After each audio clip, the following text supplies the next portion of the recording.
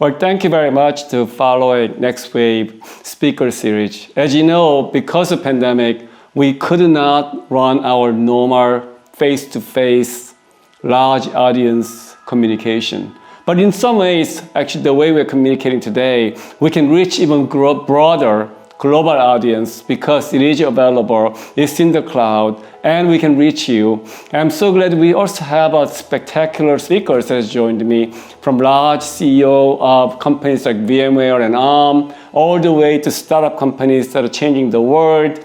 And in between, we also have enablers like venture capitalists and others that are trying to help these companies to scale. So we want to hear a diverse view of how we are trying to change technology companies that are making our lives better, whether it's an AI technology, whether it's a data-driven companies that are changing the insurance market or health market, all the way to changing fundamental core technologies with the quantum compute. So keep listening to us. I'm happy and delighted that I can be able to share these great ideas with you going forward. There is a transition coming though. Over the last little while, we've seen massive improvements in the field of artificial intelligence.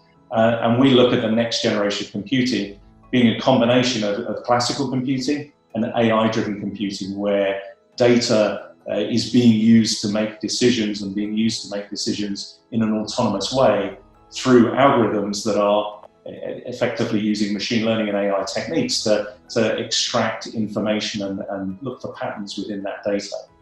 So I think the nature of computing is changing. We've been studying that. We've been expanding our own products to provide machine learning accelerators, to provide software frameworks to allow applications to be built. I think the next 15 years will go into the exact opposite direction, and it will be the decade of the content producers. The customer wants it. Fake news, certain developments of data manipulation, political scandals, populism, the rise of autocratic systems based on false information and propaganda, that all shows how important it is to have trustful sources. Exoskeletons, this is what we do. So we want to support the humans where they have some weak points. And actually, most of the humans on this planet sooner or later get some back problems because of heavy lifting or other related issues. And we are having an exoskeleton which actually helps people to reduce the pressure on the back. And this is what we do with our CRAX exoskeleton device. We, as the tech community, need to be constantly seeking how do we bend that arc of technology and every day make it more good. We must be shaping technology as a force for good every day. And I believe we need to be building that into our organizations. We need to say, how do we reduce the carbon footprint? How do we handle privacy for the individual? And how do we participate in the policy debates to best govern the trade-offs of the direction of technology, the needs of the people, and the business requirements at the same time. If you look at products today, there are two types of products. One family of product is very, very sophisticated from a technological point of view, but low accuracy. Means they can fail often and it's fine, like a PC, like a smartphone. The second family of products are not so much sophisticated, but very accurate. Means they fail rarely. And an airplane is an example of such a product. Now, the tolerance for failure is basically zero. Autonomous driving is both. You have to be very sophisticated. We're talking about cutting-edge silicon, cutting-edge software, cutting-edge data-driven algorithms, cutting-edge AI, so very sophisticated, but on the other hand, very accurate. The tolerance for failure is almost zero. And then this is where the conundrum, this is where the big challenge is.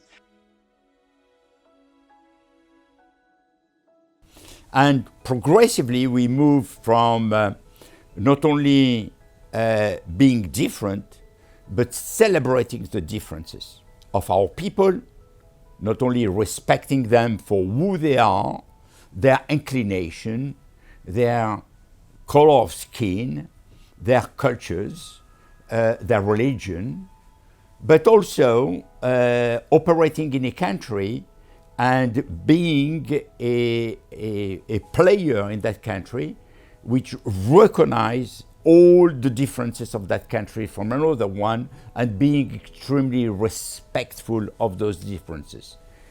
And this has created a corpus of values which is making us a very strong company. In a world where, contrary to Samsung, where when you create a product, you have a physical product, we don't create a product.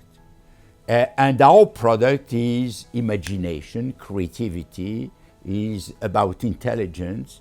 And all this is something which is intangible. And honestly, this has really set us apart from the competition and created human values which are paramount to our people. Insurance is based on data. Right. And what we believe is that what we can contribute to is turning insurance into a really engaging product, into a product that people love, and that provides real safety. What we see is that based on contextual data, so knowing much more about customers in real time, we can understand what is their risk right now, and we can also help them reduce the risk that they're exposed right now to prevent something bad from happening. So we're talking about food waste and food waste solution, and we all know it's not just a local problem; it's a global problem. Like it happens anywhere in the world. Yeah, and as you correctly pointed out, it's simply explained, it's like an overcapacity of food which does not find the right demand on time. Yeah, because food is perishable. So timing is an important factor to say, like, how can I redistribute this oversupply very quickly into the right channels. It's very long. It's very long to get to a drug, to a treatment. It's very long, and it's also complex, or let's say sophisticated. So not only you need people with know-how, but we need to bring this technology. And I think it has the positive things of COVID crisis is that it is accelerating to use these tools and this technology to do it better, optimizing and accelerating.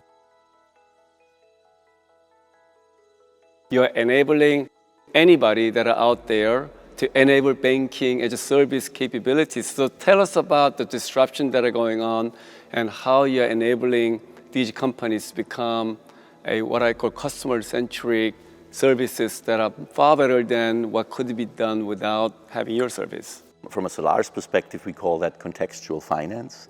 And that basically means that you bring the financial service into the context of a bigger solution. And the driver, again, of that solution is a change in consumer behavior. The key objective of Solaris is to provide an infrastructure that allows the seamless integration of financial solutions into other ecosystems. And what drives us is, of course, we want to have the best product at the best price with the best service. I hope that we really become that we take advantage of all those efficiencies and advances in technology and actually get back to becoming human and having that human connectivity. Because here at Factory Berlin, we've been operating through the pandemic at a reduced capacity, of course, and then starting to scale as we can. Because we have seen that our community members, especially the freelancers and the early stage startups that need this environment, the so-called third space, not the home environment, not the workplace, but this type of ecosystem and network where you feed off of each other and where serendipity takes place. The effect of having the water cooler conversation, which you can't have when you're on a video call. And so we've seen our community want to flock back to the space because they feel that need to have the human interaction, because actually, some things just happen serendipitously, or co-creation happens when you have the room for that invention.